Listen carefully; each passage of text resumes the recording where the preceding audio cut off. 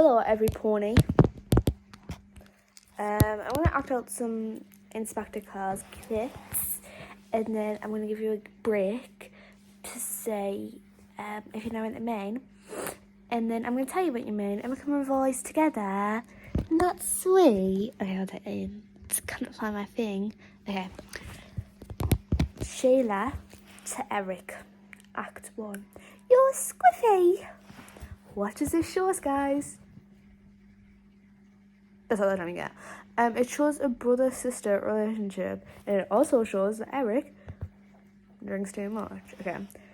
Mr. Burns says, I speak as a hard-headed businessman.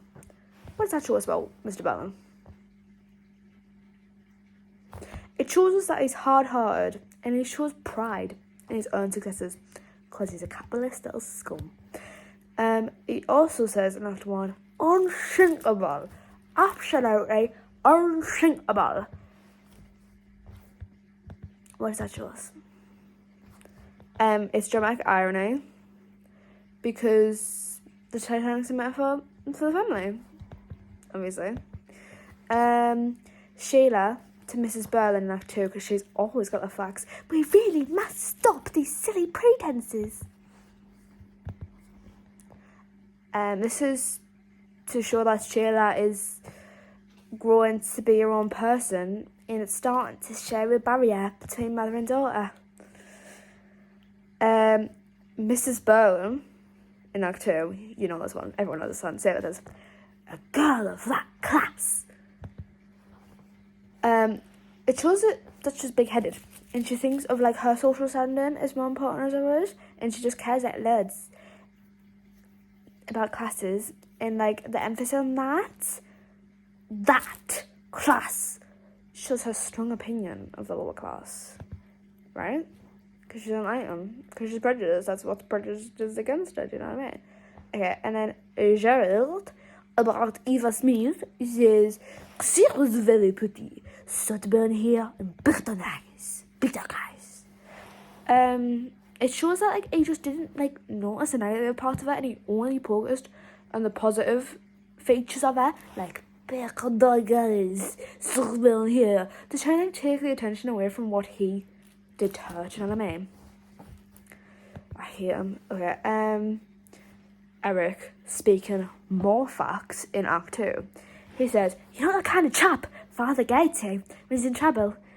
Because it just shows like the weak relationship between father and son, and Eric hasn't had anyone he could count on like in his whole life besides giving them money. Like, it's just Inspector with mad facts in Act 3. Everyone knows this one. If you don't know this one at this point in the game, get a great reset, right? We are all members of one body. We are all responsible for. Did you finish quote? Did you finish it? Mm-hmm. Each other. Because this is like Priestley's main message. Like, this is what he wants the audience to take home with him. And it also opposes Mr. Berlin's views, because he's a literary foil for Mr. B. Do you know what I mean? Basically, because I have to log in now to see the last 2 flashcards on Quizlet, I'm going to tell you what a literary foil is. Basically, a literary foil, because in jewellery, it has like, say if you put like a diamond in a piece of jewellery, it put foil in the background of it to make like the diamond look prettier. So then like Mr. Berlin is bad to make the inspector look prettier and better to the audience, and like vice versa, like the inspector looks amazing compared to Mr. Berlin, because the 2 opposing ideas. Can anyone tell us an example of this in another English literature text? Yes, it is Fred and Scrooge. You're so smart. Okay, next quote. Everything's all right now. Oh, sorry, I didn't do the accent. Oh, sorry. Hey, how are we gonna know who it is? Everything's all right now. Sheila. In Act 3. That was Gerald to Sheila. Because it shows that Gerald just hasn't understood the message at all. And he doesn't say that Sheila has been changed because he just doesn't care about her. Do you know what I mean? He's a man. And then here's what the play.